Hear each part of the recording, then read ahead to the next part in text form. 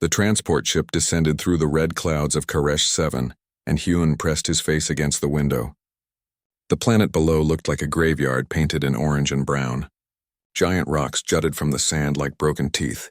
He could see massive plants scattered across the desert standing alone like forgotten monuments. "First time seeing a death world?" asked Doyen from the seat beside him. The other human smiled, but his eyes were cold and calculating. "Don't worry. The emergency beacon works fast. You'll be safe." Hyun didn't answer. He kept watching the landscape, noting the spacing of those giant plants. They looked like cacti, but larger than any he had seen in Earth's deserts. Some were as tall as buildings. "Attention all candidates." A voice crackled through the ship's speakers. It sounded like metal scraping against stone. "This is Commander Vexel. In 10 minutes you will begin the final test. Survival is not guaranteed. Death is not uncommon. If you wish to withdraw, speak now." Silence filled the cabin. 43 beings from 17 different worlds sat in that ship, and none of them spoke. Hyun looked around at his fellow candidates. There were creatures with scales, others with fur, some that looked like walking crystals, and a few that seemed to be made of living metal. The humans numbered only 3, including himself. Yuna sat across the aisle, checking her equipment for the 5th time. She was precise and careful, following every rule she had learned. Jorn beside him radiated confidence, almost arrogance. Hyun felt different from both of them. He felt quiet inside, like still water. The ship landed with a heavy thud. The cargo door opened and heat rushed in like a physical blow. Commander Vexel stood at the exit, towering over them all. He looked like a giant praying mantis with 4 arms and eyes that seemed to see through flesh and bone. His species, the Threll, had been exploring space for thousands of years. "Form a line," Vexel commanded. His voice needed no amplification. "You will each receive standard supplies: 1 water container, 1 emergency beacon, 1 environmental suit, nothing more. The test lasts 3 days. The storms begin in 6 hours. Survival rate is 27%. Questions?" A creature covered in blue scales raised a clawed hand. "What is the main cause of failure?" "Pride," Vexel said simply. "And the storms?" "Mostly the storms." One by one, the candidates received their supplies and coordinates. When Hyun's turn came, Vexel looked at him for a long moment. "Human," the commander said. "Your species is new to the Corps. Many doubt you belong. Prove them wrong or prove them right. I care not which." Hyun took his supplies and nodded. He didn't feel the need to make promises or declarations. Words were wind. Actions were everything. The candidates were loaded into smaller transport pods, each one heading to a different section of the desert. Hyun found himself alone in his pod, watching through the window as the facility grew smaller behind him. The pod flew low over the sand, and he studied everything he could see. The desert was not empty. Life existed here, but it was hard life, adapted to cruelty. Those giant cacti appeared every few kilometers, their thick green skin scarred and weathered. Smaller plants clustered near rocks. Things that might have been animals moved in brief flashes across the sand. The pod stopped and the door opened. Hyun stepped out into heat that felt like standing too close to a fire. The door sealed behind him and the pod flew away. He was alone. The coordinates given to him were marked on a small display in his suit. The extraction point was 3 days of walking from here if he chose to walk. Most candidates would stay near their drop point, finding shelter and waiting for rescue. The test was not about reaching the extraction point. It was about surviving until the time ran out.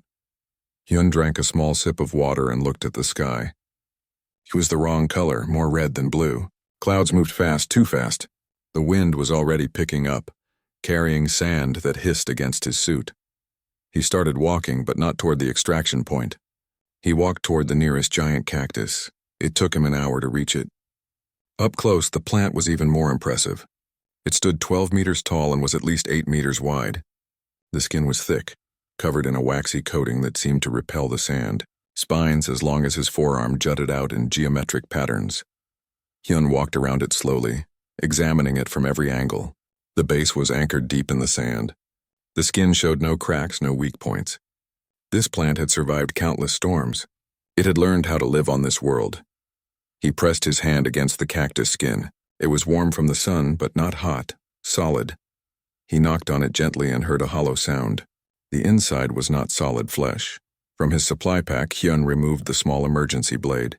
It was meant for cutting rations or making repairs to his suit. He pressed the blade against the cactus skin and began to cut.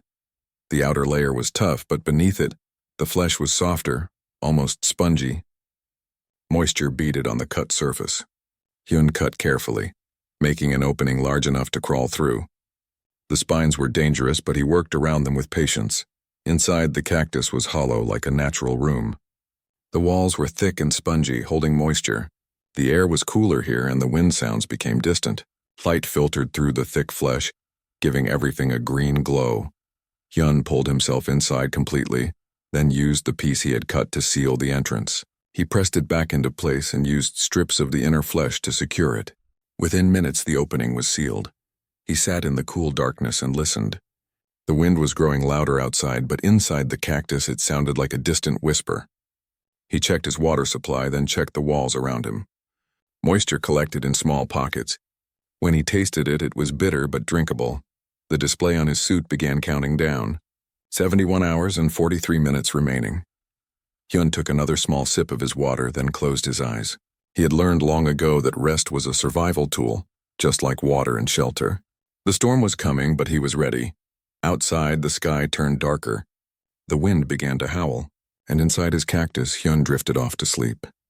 The first storm hit exactly 6 hours after the drop, just as Commander Vexel had predicted. In the monitoring station, 43 screens showed 43 different views of the desert. The commander stood before them with 2 of his arms crossed, watching. "Storm approaching Sector 7, announced a technician. Category 4 intensity. On screen 17, Yuna had found shelter beneath a rock overhang. She had followed her training perfectly, using her suit material to create a barrier against the wind. She wedged herself into the tight space and waited. The rock was solid. Her shelter was textbook perfect. The storm hit her position like a hammer. Sand moved like water, like knives, like living things that wanted to tear and cut. The wind didn't just blow. It screamed. It found every gap, every weakness. Yuna's shelter held for 30 minutes. Then a gust found the edge of her barrier and ripped it away like paper. She hit the emergency beacon. The screen went dark as the extraction team was deployed. Candidate 17 extracted, the technician reported. Human female. Exposure to storm, minor injuries. Vexel said nothing. 1 down, 42 remaining. Screen 23 showed Doyen. He had dug a trench deep and narrow and buried himself beneath layers of sand and suit material. It was clever. The sand would absorb the wind's force. He would wait underground until the storm passed. But the sand on Karesh 7 was not like Earth's sand. During storms it became almost liquid, shifting and moving with its own logic. Doyen's trench began to collapse around him. He felt the weight pressing down, suffocating. Panic set in. His fingers found the beacon and pressed. Candidate 23 extracted, came the announcement. Human male. Partial burial, respiratory distress. 2 humans down. 1 remained. Vexel looked at screen 9. It showed only static. Candidate 9 was the 3rd human, the quiet one. Hyun. The signal was weak, almost non-existent. The biometric readings were unclear. Technician, Vexel said. What is the status of Candidate 9? Unknown, Commander. The tracking signal is compromised. Last known position was Sector 12, but the readings are inconsistent. Inconsistent how? The suit registers as functional, but we cannot get clear biometrics. It's as if something is blocking our scanners. Vexel stared at the static-filled screen. In 400 years of conducting this test, he had seen many candidates die. He had seen them crushed, buried, torn apart by the storms. He had learned not to feel anything about their deaths. But humans were new. Losing one this early would fuel the arguments that Earth was not ready. Continue monitoring, he ordered. Across the desert, the storms continued their work. The Threll candidate with the armored carapace found that armor meant nothing when sand filled every joint and gap. Extracted. The crystalline Shara discovered that their beautiful faceted bodies could shatter in high winds. Extracted. The Vulm with their personal energy. Shields learned that shields consumed power, and power eventually ran out. Extracted. By the end of the first day, 20 candidates had pressed their emergency beacons. 20 screens had gone dark. Inside the cactus, Hyun slept peacefully. The plant had evolved over millions of years to survive these storms. Its thick skin was designed to flex and bend. Its roots reached deep into the planet's bedrock. The storms that killed so many beings outside were nothing but distant music to the cactus. It had weathered worse. It would weather this. Hyun woke once during the night. He could hear the storm raging outside, muffled but present. He pressed his hand against the inner wall of the cactus and felt it vibrating slightly, absorbing the force of the wind. The moisture in the walls had increased. He collected some in his hands and drank. It tasted like plants and survival. He checked his suit display. 47 hours remaining. Almost half the time had passed. He closed his eyes and slept again. The second day brought worse storms. These were Category 5, the kind that could strip flesh from bone in minutes. The monitoring station erupted in alarm signals as candidate after candidate hit their beacons. A Kralix warrior named Thorn had lasted longer than most. His species was covered in natural armor plates and had survived on dozens of death worlds. He had found a cave system and believed himself safe. But the storms found him. The wind howled through the caves like a living thing, carrying sand that ground against his armor hour after hour. When his primary armor plates began to crack, he knew he could not last another day. His beacon activated on the morning of day 3. He was the last non-human candidate to surrender. All candidates extracted or deceased, the technician reported, except Candidate 9. Vexel stood before the static-filled screen. Still no signal? Negative, Commander. The last known position shows no life signs, no movement, no response to pings. Then he is dead. Procedure requires confirmation, Commander. We cannot officially declare death without recovery of the body. Vexel's mandibles clicked together in frustration. After the storms pass, send a recovery team to his last coordinates. We will retrieve what remains. In the medical bay, Yuna sat with her head in her hands. She had failed, following every rule, every procedure, and she had lasted less than a day. Doyen paced nearby, angry at himself, angry at the planet, angry at everything. They're saying Hyun is probably dead, Doyen said. His signal disappeared. Yuna looked up, her eyes red. He was the quiet one. Always watching, always thinking. I should have stayed with him. We should have worked together. Working together is not the test, said a voice. They turned to see Commander Vexel standing in the doorway. Survival is individual. Your teammate made his choice. You made yours. He is gone. You are alive. This is the lesson. What lesson? Yuna asked bitterly. That we're too weak? That humans don't belong out here? Vexel's eyes, cold and insectoid, studied her. The lesson is that survival requires sacrifice. Sometimes that sacrifice is pride. Sometimes it is others. The storms do not care about fairness. He left them there, 2 humans drowning in their failure and grief. The third day dawned with clear skies. The storms had passed, leaving the desert scoured and clean. The recovery team prepared to search for Hyun's body. The other human candidates prepared to return to Earth with their failure. And inside his cactus shelter, Hyun woke up, stretched his arms, and yawned. He had slept well, better than he had in weeks. The cactus had kept him safe, cool, and hydrated. He checked his display. 3 hours until the official end of the test. He carefully removed the seal he had created, pushing the cut piece of cactus flesh aside. Light flooded in, bright and warm. He crawled out through the opening, emerging into the morning sun. The desert looked different after the storm. Cleaner. The sand had been rearranged into new patterns. He looked back at the cactus that had saved him, its thick skin unmarked, unbroken, a survivor just like him. Hyun began walking toward the extraction point. He was in no hurry. The test was almost over and he had won. The monitoring station's alarm system had been silent for hours. The storms had passed. The test was entering its final moments. Commander Vexel stood before the wall of dark screens, each one representing a failure or a death. Recovery team status? He asked. En route to Candidate 9's last known position, a technician replied. Estimated arrival in 20 minutes. Prepare the paperwork. We will need to notify Earth of their casualty. Yes, Commander. Vexel turned away from the screens. In 400 years, he had overseen this test countless times. Death was common. Failure was expected, but this felt different. The humans had been so hopeful, so eager to prove themselves, and now one of them was gone, lost to the same storms that had claimed so many others. Commander, the technician's voice was sharp with confusion. I'm getting a signal. From the recovery team? No, sir, from the extraction point. There's someone there. Vexel spun around. What, all candidates have been extracted. The area should be empty. The technician's claws moved rapidly across the console. I'm pulling up visual now. A screen flickered to life. It showed the extraction point, a flat area marked with landing beacons. And there, walking slowly across the sand, was a figure in an environmental suit. The figure was human. Run identification, Vexel commanded, his voice tight. Scanning now. Commander, it's Candidate 9. It's Hyun. Impossible. Vexel moved closer to the screen, his forearms tensing. The human walked with steady steps, not stumbling, not running. He looked calm. He looked alive. Get me his biometrics. I want to know his condition. Numbers scrolled across the screen. Heart rate normal. Breathing normal. Mild dehydration. Some fatigue. But alive. Definitely alive. Sound the alert. Get medical to the extraction point now. And someone wake the other human candidates. They need to see this. The monitoring station erupted into activity. Beings from a dozen species rushed to their posts. The impossible was happening. Someone had survived the full 3 days. In the medical bay, Yuna was lying on a bed staring at the ceiling.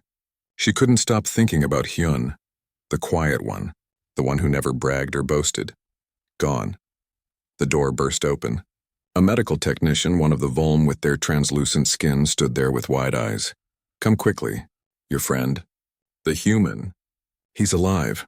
Yuna sat up so fast she felt dizzy. What, Hyun? That's impossible.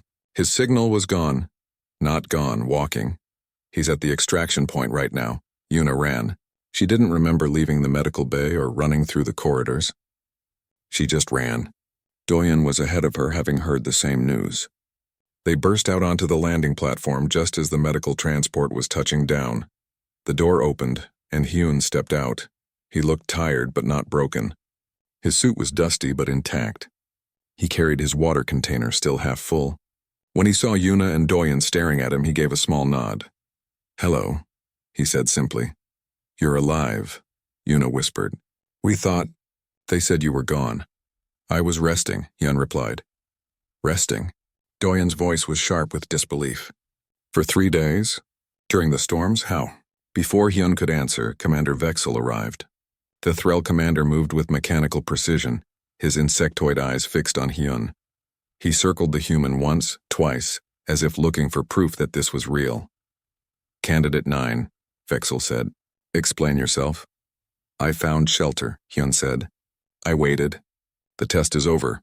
No one survives 3 days on Karesh 7 without extraction, no one. In 400 years of testing, you are the first. Someone had to be first, Hyun said. A crowd was gathering now. Other candidates who had been extracted watching from the edges. Aliens of every species all staring at the human who had done the impossible. What shelter? Vexel demanded. Your signal disappeared. We could not track you. What did you do? I found a cactus, Hyun said. A large one. I went inside. Silence fell over the platform. Then someone laughed. It was Ashara, one of the crystalline beings. Inside, you cut into a living plant? Yes. That's barbaric, another alien said. Primitive, Hyun shrugged. It worked. Vexel's mandibles clicked rapidly. You cut into the cactus? The native flora that has been documented on this planet for decades? Yes, Commander. And it provided shelter sufficient to withstand Category 5 storms? Yes, Commander. Why did no one else think of this? Vexel turned to his technicians. Why was this not considered? One of the technicians, a being covered in soft fur, spoke hesitantly. Commander, the cacti were documented as wildlife, protected under expedition protocols. Most species consider cutting living flora to be taboo, another voice finished. It was Thorn, the Kralix warrior who had lasted the longest. He limped forward, his armor still cracked from the storms. My people would never cut a living thing for shelter. It is against our code. My people would see it as wasteful, said Avalm. Why damage something that cannot give consent? My people did not even consider it, admitted a Threll technician. The idea never occurred to us. Vexel looked at Hyun with something that might have been respect. But humans consider it. Humans have been cutting and using living things for shelter for thousands of years, Hyun said. On Earth, we used animal skins, plant fibers, wooden structures. We learned to work with nature, not just around it.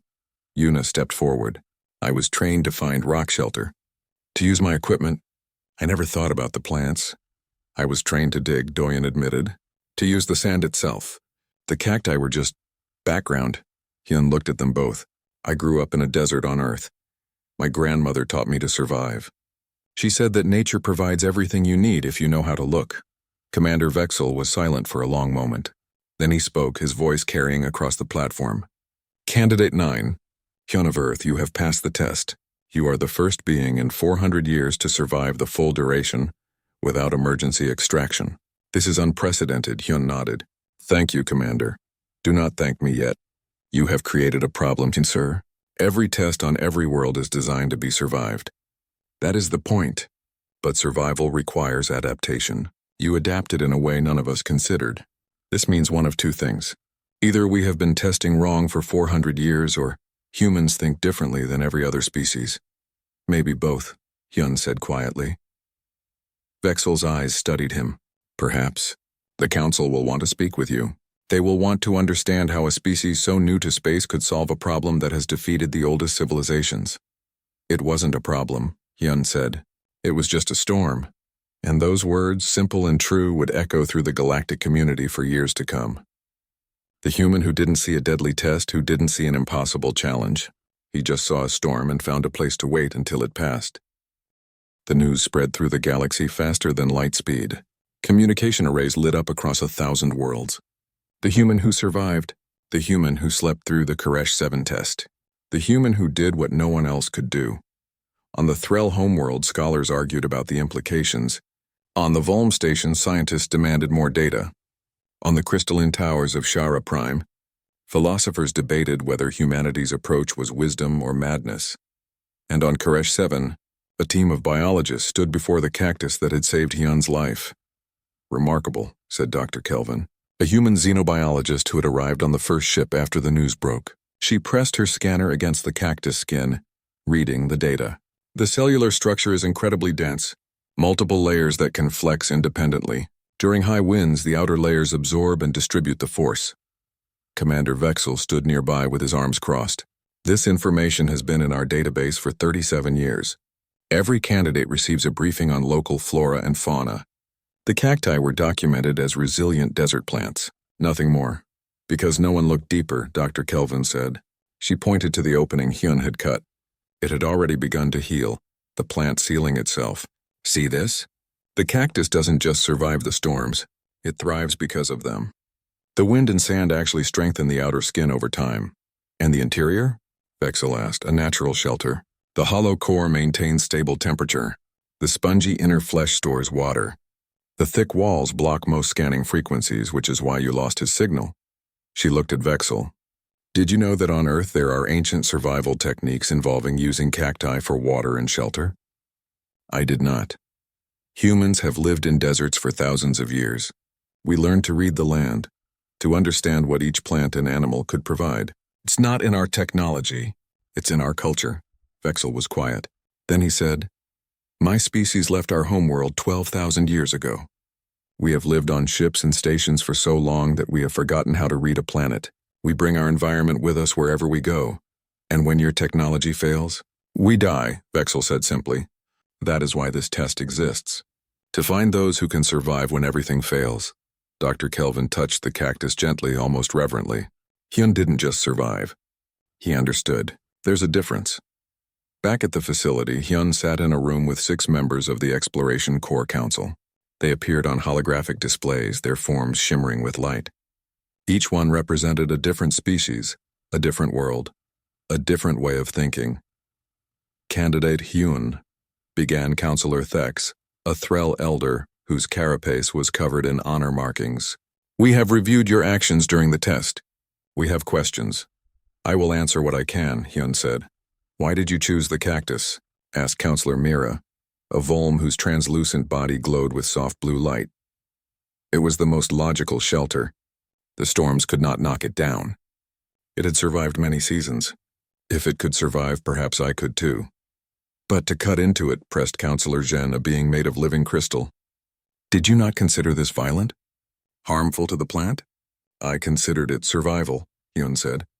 The plant would heal. I might not. I made a careful cut and closed it after. The cactus was not significantly harmed. Your species has a history of using living things for your benefit, Counselor Zhen continued. Is this not exploitation? Hyun thought about this. Yes, humans use nature. But we also understand that we are part of nature, not separate from it. My grandmother taught me that every plant, every animal has something to teach. The cactus taught me how to survive here. Your grandmother, Counselor Thek said. She taught you these skills? Yes. She grew up in the Gobi Desert on Earth. She survived sandstorms by reading the signs, by understanding the land. She taught me to look, to listen, to think. Knowledge passed down through generations, Mira said softly. Not through data files or training programs, but through family, through story and experience. Yes. The council members exchanged glances, their holographic forms flickering. Finally, Thek spoke again. Hyun of Earth, in 400 years of testing, you are the first to complete the full duration without extraction. This achievement will be recorded in our archives. But we must understand something. Was this luck or skill? Neither, Hyun said. It was paying attention. Explain. Every candidate received the same briefing on the planet. We all saw the cacti. But most beings looked for familiar solutions. Rock caves like their homeworlds. Underground like their burrows. Energy shields like their technology. I looked at what the planet offered. The cactus was offering shelter. I just accepted it. Counselor Fen, a being covered in thick fur, leaned forward. You trusted something alien to you. Something you had never encountered before. Most species would not. Most species had other options, Hyun said. Humans are new to space. We don't have ancient technologies or natural armor. We have curiosity and adaptation. Those are our tools. And you believe these tools make humans suitable for exploration? I believe they make us different. Whether that is suitable, you must decide. The council was silent for a long moment. Then Counselor Thek spoke. The test on Koresh 7 was designed to measure survival capability under extreme conditions. You have proven that humans possess a unique approach to survival. However, this raises concerns. What concerns? Hyun asked. That human unpredictability could be dangerous. That your willingness to use living things as tools could lead to exploitation of worlds we are meant to protect and study, not conquer and consume. Hyun met the counselor's eyes through the hologram. With respect, Counselor, you are confusing survival with conquest. I did not conquer the cactus. I asked it for shelter and it gave it. If I had tried to take more than I needed, if I had damaged it permanently, that would be exploitation. I took what was necessary to live and I left it healthy. A fine line, Counselor Jen said. Yes, Hyun agreed. But humans have learned to walk fine lines. We've had to. Our planet taught us that taking too much means everyone suffers. We learned balance or we died. Yuna and Doyoon watched the council meeting through a viewing window. They could not hear the words, but they could see Hyun sitting calmly, answering questions with the same quiet confidence he always had. He's going to change everything, Yuna said softly. He already has, Doyoon replied. Every species in the galaxy is talking about what he did. Some are calling him brilliant. Others are calling him primitive. What do you call him? Doyoon was quiet for a moment. I call him what he is. A survivor, maybe the best one here. The council meeting ended and Hyun emerged. He looked tired but unbothered by the scrutiny. Yuna and Doyoon approached him. Well, Yuna asked. What did they say? They have concerns, Hyun said. But they are impressed. The test results speak for themselves. And now? Doyoon asked. What happens to the human who survived? Hyun smiled slightly. Now I teach others how to survive. That is what the commander suggested. That is what I will do.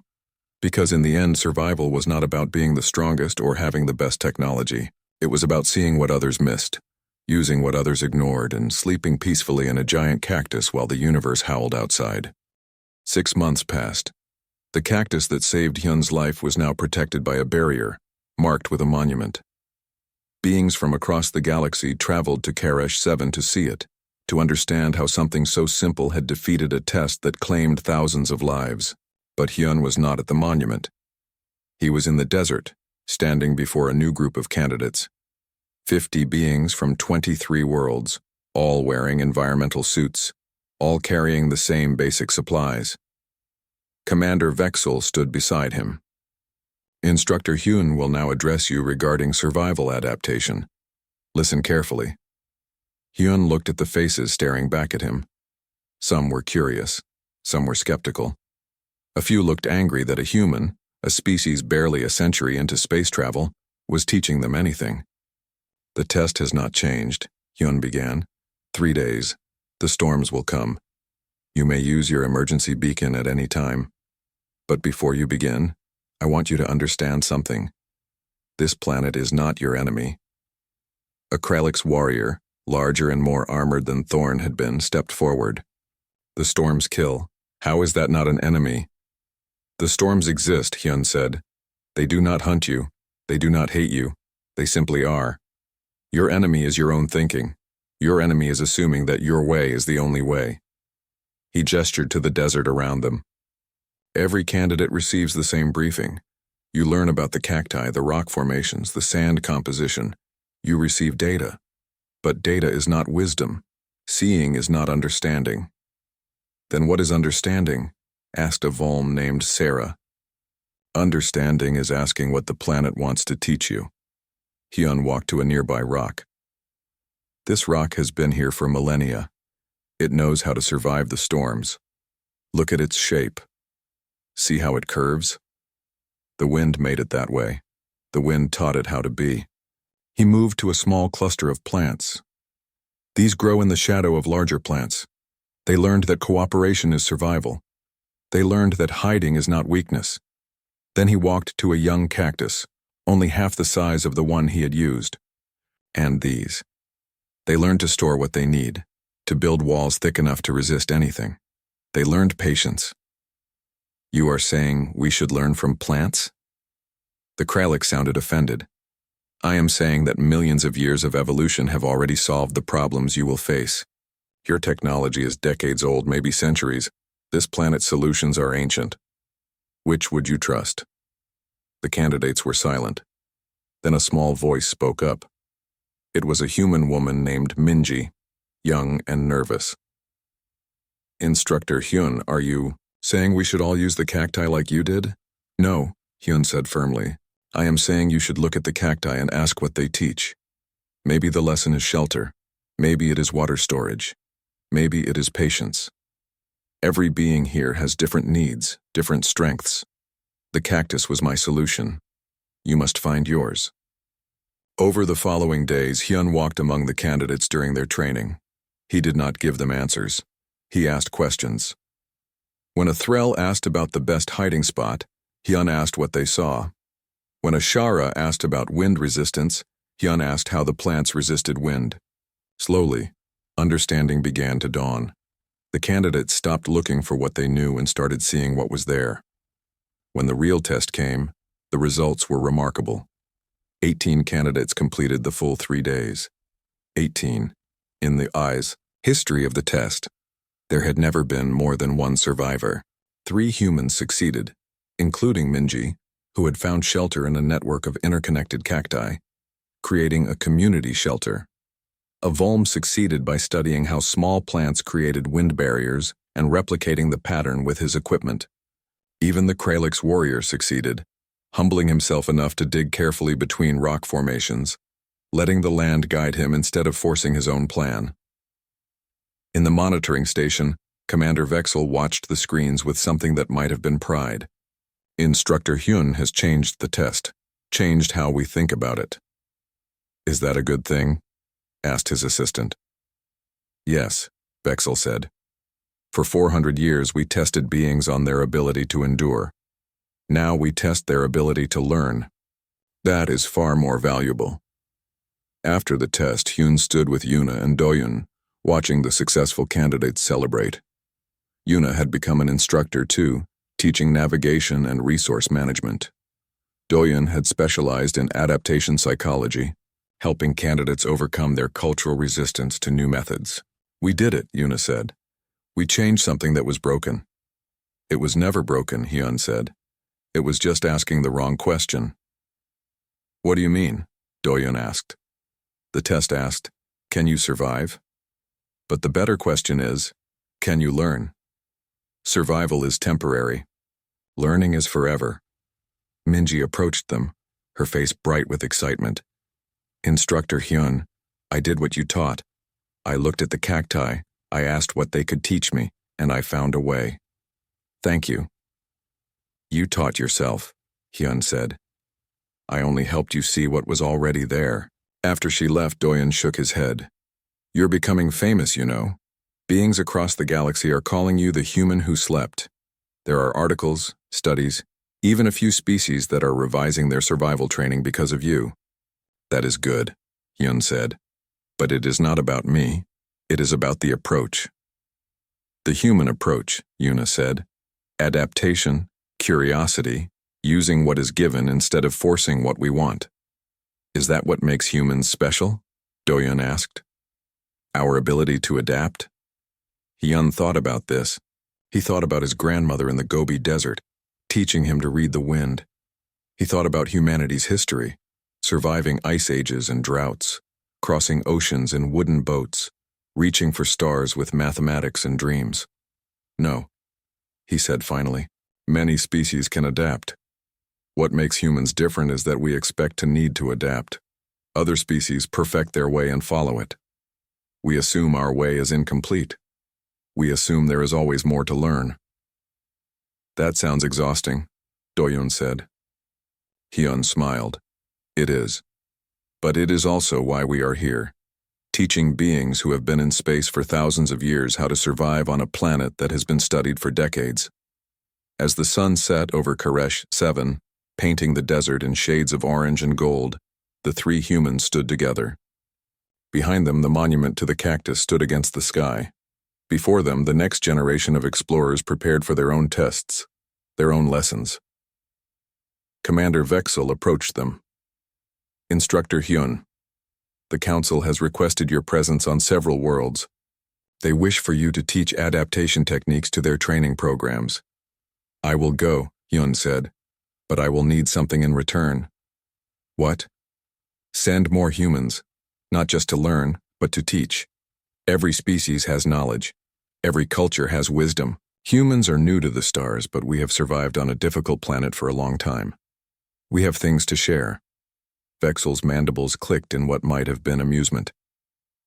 You want humans to teach ancient civilizations about survival? I want humans to remind ancient civilizations that survival is not about age or technology. It is about staying curious, staying humble, and sleeping peacefully in a giant cactus while storms rage outside. An unusual philosophy. It kept me alive, Hyun said simply. And as stars began to appear in the darkening sky, the human who survived, the human who learned, the human who taught, looked up at the galaxy waiting above. There were thousands of worlds up there, millions of lessons waiting to be learned, countless cacti in all their forms, offering shelter to those wise enough to see them. Humanity was no longer just a species reaching for the stars. They were teachers, reminding the galaxy that sometimes the best technology was patience, the best armor was flexibility, and the best weapon was the willingness to learn from a plant that had been surviving storms since before any species had learned to dream of space. The storms would come again, they always did. But now more beings would survive them. Not because they were stronger, but because a quiet human from Earth had shown them that survival was not about force. It was about sleeping soundly while the universe figured out what to do with you.